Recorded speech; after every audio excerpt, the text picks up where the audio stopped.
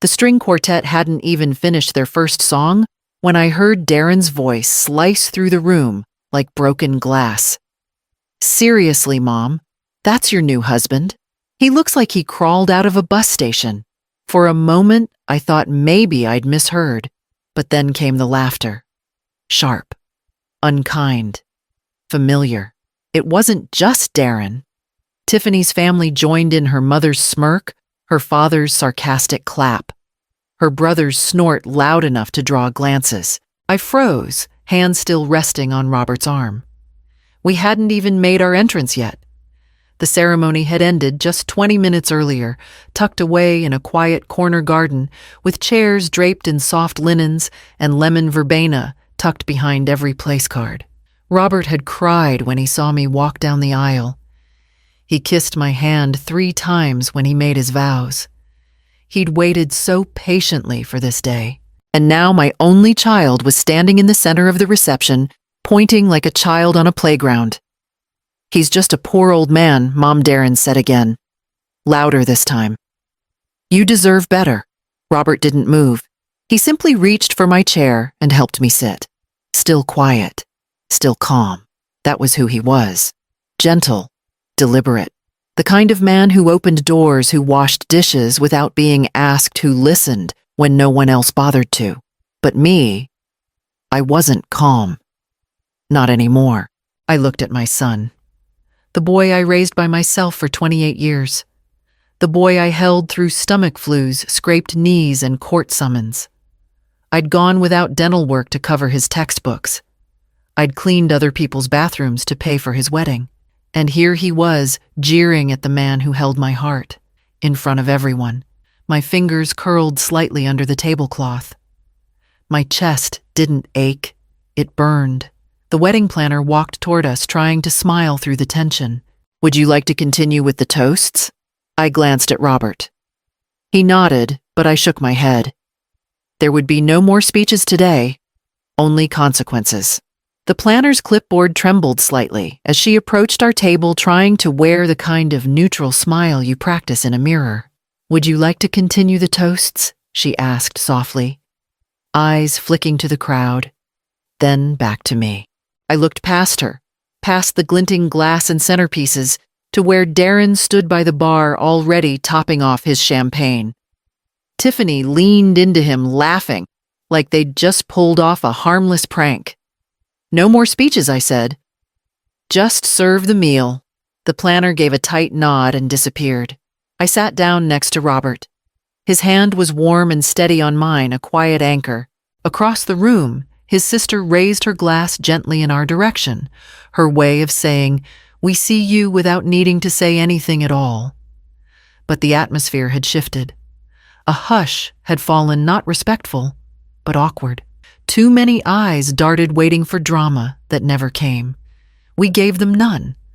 Robert leaned in and whispered, "I don't want to make a scene, but I don't forget these things." I squeezed his hand. "You shouldn't have to. Not today." The meal was served. Music resumed, softer now. Plates were cleared, with more glances than bites. We danced once briefly. I kept my smile in place for the guests who mattered, the ones who showed up, not to judge, but to witness. But I couldn't let it go. I found Darren alone in the hallway, checking his phone. "You didn't have to humiliate me," I said. He looked up, face unreadable. "I was trying to help you. He's not in your league, Mom. You deserve someone who can take care of you." I studied him. "The suit I paid for, the cufflinks I gave him when he graduated. You mean someone who'll pay off your credit cards again?" That made him flinch. His confidence faltered for a moment. Then his expression went flat. He turned without another word. I didn't follow. I just returned to Robert, who was waiting for me with a quiet look that said everything I needed to hear. I folded the dress carefully, smoothing the seams, as if that could erase the night. It had taken me 3 months to find it, a second-hand piece from a consignment shop, 3 towns over. The sleeves were too long, the hem uneven, but my neighbor fixed it with care and quiet pride. She cried when she saw me in it. I didn't. I was saving my tears. Next to the suitcase lay a box I hadn't opened in years. Inside were the closing papers for Darren and Tiffany's first home. My signature sat neatly beside theirs, co-signer on everything loan inspection closing costs. The washer and dryer had come from me, too. I'd skipped my annual dental appointment that year to make it work. They never thanked me. Not once. Not with words. Not with gestures. Only silence followed by the next ask. When I announced my engagement, Tiffany had looked up from her phone long enough to smirk. At your age, she'd said. Darren hadn't even called, just sent a text. Congrats, I guess. And Robert, he'd simply nodded that day, handed me a folded note, and said, don't let them steal it from you. The note just read, you're allowed to be loved. We met sorting cans at the food pantry on Tuesdays. His truck backfired twice every time he pulled in. He wore layers even in April, but he brought coffee for the volunteers and listened like it mattered.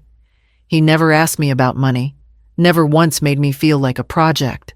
And tonight, when my son humiliated him, Robert said nothing, just helped me sit down and watched me the way people do when they trust you to handle your own fire.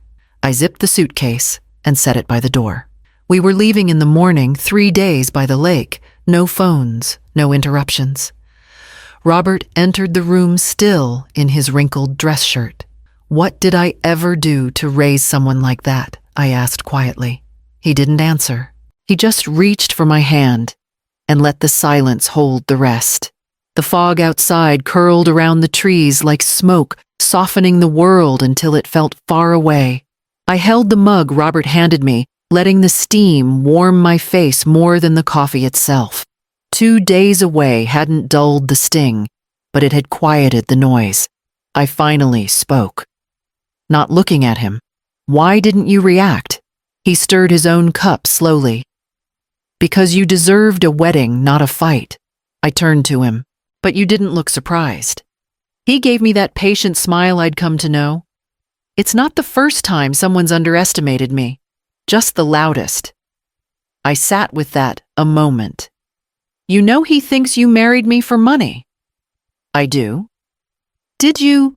I asked half joking, but there was fatigue behind the smile. He reached into his coat, still draped over the chair, and pulled out a silver card. Smooth engraved. One word centered. I read it twice before it clicked. It was the name of the company Darren had once begged me to call about an internship he hadn't gotten. They were based in Raleigh. Competitive, prestigious. Too good for him, he'd said. Too rigged. I built it, Robert said quietly. Years ago. Sold my majority after the second expansion. Kept a little piece. I still get the board reports, but I haven't been in the building in over a decade. I stared at him, unsure what part to process first. I never told you because I didn't want that to be the thing he said. You looked at me like I mattered, even when my truck sputtered into the driveway. He placed the card on the table. I don't care what your son thinks, but if he cares about money, he might want to read the fine print. I didn't touch the card. I didn't need to. I looked at the man across from me, creased shirt, strong hands, the calm in the storm, and felt something shift. We packed our bags the next morning, not because we were finished resting, but because we had something else to settle. The letter arrived 3 days after we returned. No apology. No mention of the wedding. Just Darren's neat, almost professional handwriting, asking if we could meet for lunch and talk things out. I knew better, but I went anyway. He chose a cafe near his office, all glass and cold marble, and forced civility. I arrived 5 minutes early. He was already seated, scrolling his phone, suit pressed, watch polished, funded, no doubt by the loan I'd paid off last year. He barely waited for the waiter to walk away before speaking. You're smart, Mom. You know he's after something. A will, a deed, something. I stirred my tea without looking at him. What are you after, Darren? He gave a dry laugh and leaned in, lowering his voice like we were plotting something. He doesn't have anything, does he? You didn't sign anything yet, right? I met his eyes. And what would it change if he did? He didn't answer that, just kept pushing. I'm saying, if you need help transferring things into a trust, or if you want me to look over a prenup, just in case, there it was. The concern wrapped in control. The same tone he used when he'd tried to convince me to co-sign for his second car, or to put his name on my house just in case something happened. My jaw tightened, but I didn't say a word. Not yet. Robert walked in a moment later, calm as ever. He greeted Darren, pulled out the chair beside me, and laid a folder on the table like it was nothing more than a menu.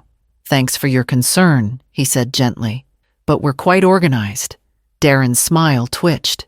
He reached for the folder like he had every right to, and then he saw what was inside.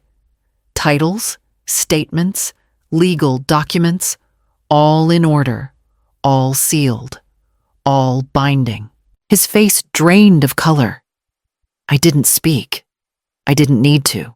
I simply picked up my tea, took a sip, and let Robert turn the page. That night, I sat alone on the porch with my phone glowing in my lap, scrolling through years of messages from Darren. They read differently now. What I used to call stress or poor timing revealed itself as pattern. Requests framed as emergencies. Bills sent without explanation. Apologies padded with smiley faces followed by another favor before the guilt had time to settle. I had never asked for anything in return. Not gratitude, not loyalty, just a call now and then, a seat saved at holidays. A voice that didn't sound annoyed when I said his name. I locked the phone and stared out into the dark. The house was quiet. Robert had gone inside after making sure I had a blanket, as if he knew I needed to sit with this alone. He had never asked me for money, never hinted, never brought up what I owned or what I might leave behind. He asked about my shifts at the hospital, about my mother's garden, about the stories I carried but rarely told anyone. He asked for my time, my attention, my company. Nothing more. Until tonight. I went back inside and found him in the living room reading like the world had not tilted just hours earlier. He looked up as I closed the door. "Why didn't you tell me?" I asked. He didn't pretend not to know what I meant. He set the book down slowly. "Because you didn't ask. And because I liked how you looked at me without calculation." I folded my arms, unsure whether I felt relieved or unsettled. And now he stood and came closer. Careful, as if approaching a line he didn't want to cross without permission. "I still like it," he said. "But if we're going to be a team, I think it's time you know what's in the vault." The word landed heavier than I expected, not because of money, but because of what it implied: trust exposure, a shared future that couldn't stay partial anymore. He reached for my hand, and for the first time since the wedding, I realized we were stepping into something that would require decisions neither of us could make alone. Robert laid the folder out on the kitchen table the next morning, same one he'd handed Darren days ago, but this time, it was just for me. He didn't explain anything unless I asked. He just turned the pages slowly, letting me take in the numbers, the signatures, the weight of it all. Trusts, real estate, investment accounts I'd never heard of, and my name already written into the documents like it had always belonged there. I stared at it for a long time. "You were going to do this even if Darren hadn't mocked you?" I asked. He nodded without hesitation. "Because I trust you." I don't know why that hit harder than the numbers. People have said that word to me before, trust, but always with an if a condition, a debt tied to it. "I trust you. If you co-sign, I trust you. If you don't tell anyone, I trust you. If you give me one more chance." Robert didn't ask for anything back. He never had. My throat tightened. I looked away and blinked a few times before I could speak again. "The house Darren's living in," I said quietly. "It's still half in my name. I didn't think it mattered before. I kept helping him out. Credit card debt. That second job he quit. Robert. I even paid off his taxes last year. I know, he said softly. I figured. I looked at him. Would you mind if I made a few changes of my own? His smile was warm but steady. I was hoping you'd say that. We didn't toast or celebrate. We just sat with the paperwork between us, rewriting the rules we'd both lived under too long. Me, the giver, who was expected to never stop giving. Him, the man no one ever looked at, long enough to see the depth. By afternoon, I was on the phone with my attorney, calm and certain. The documents I requested were simple, but the message behind them wasn't. Robert walked past me as I hung up and said, "So who's on the new guest list?" The envelopes were hand-addressed and simple. No social media posts, no flashy announcements, just quiet notices slipped into mailboxes or handed off with a smile. I didn't send one to Darren. We booked a small room at the local inn, just one table, soft music, and no speeches unless they came from the heart. Robert's sister flew in from Oregon. My former charge nurse brought lemon tarts and a folded napkin with a handwritten quote. Even the neighbor who'd hemmed my wedding dress came wearing the same brooch she'd lent me that day. 10 people. One table. No phones out, no photos. Just presents. During dessert, apple cobbler and coffee, I stood up without meaning to. My knees shook a little, but Robert steadied me with just a glance. I used to think love meant giving until you're empty. I said, eyes scanning the room. I thought the weight I carried was the cost of being needed. But Robert reminded me, love is what fills you back up. And tonight, that's what I feel. Full. There were a few quiet claps. No one forced them. Someone raised a glass. A soft toast was whispered. I didn't cry, but I let myself breathe in the warmth that had nothing to do with heat. I kept glancing at the door. Not from fear, just habit. No one unexpected showed up. And for the first time in years, I didn't feel like I had to explain myself or defend my choices. I didn't feel judged or tolerated. I felt seen. When we returned home, I placed the cards from the evening in a wooden box next to Robert's first note, the one he'd given me the day he proposed. I didn't need to reread it. I remembered every word. Later that week, a letter arrived. Thick envelope, embossed seal. I didn't open it right away, but Robert did. He slid it across the table toward me, his expression unreadable. "It's from Darren's attorney," he said. Weeks passed quietly at first, then with a weight I couldn't ignore, Darren didn't call. No late-night voicemail, no clipped apology disguised as a joke. Tiffany, on the other hand, found her voice online. Short posts, carefully framed photos. Words like loyalty and family dropped like bait. Some people choose strangers over blood. I saw them. I didn't respond. I stopped checking my phone the way I used to, half dreading, half hoping. Mornings came easier. I slept through the night. Robert noticed before I did. He never commented, just made room for the quiet. Then the letter arrived. It wasn't from Darren. It was from his lawyer. Polite language, heavy paper. A suggestion that we revisit prior agreements with concern over potential asset misallocation following my recent marriage. I read it twice. The words felt clinical, detached from the boy who used to climb into my bed during thunderstorms. I slid the letter across the table to Robert. He read it once. Then again. His expression didn't change. He picked up his phone and called Charles, the attorney, who'd been handling his affairs longer than I'd known him. "Yes," Robert said, listening. "I see. No, that won't be necessary." He paused. "Let them come." He hung up and folded the letter neatly as if it were already settled. "They're testing," he said, "to see if you'll flinch." I didn't. Not this time. I thought about all the apologies I'd offered over the years for wanting things that didn't revolve around Darren, for saying no, for needing rest, for choosing myself in small, invisible ways. I realized how tired I'd been of explaining that love didn't mean surrender. That night, I stood at the kitchen window while Robert washed the dishes. The porch light was on, casting a steady glow over the yard. I didn't turn it off. Not yet. Spring arrived without announcement. No dramatic bloom, no sudden warmth, just small, steady changes. We moved into a modest house near the river one Robert had owned for years but never used. It needed work, but it had good bones.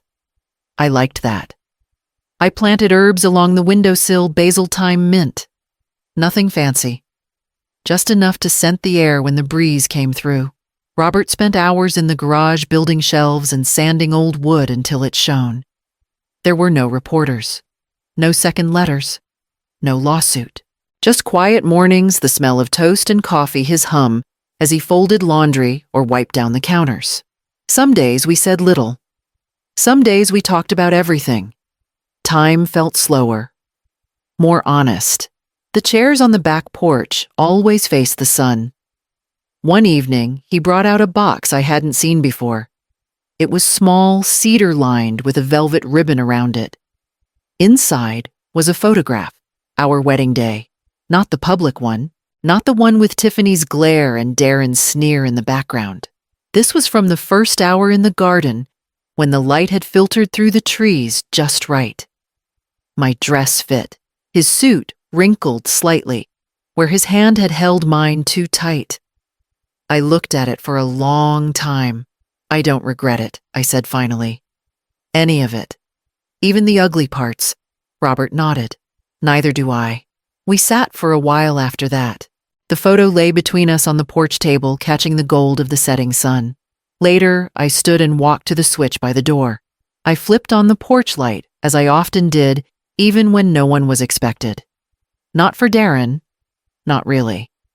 But maybe for the boy I once carried through fevers, who made me Mother's Day cards with fingerprints in paint.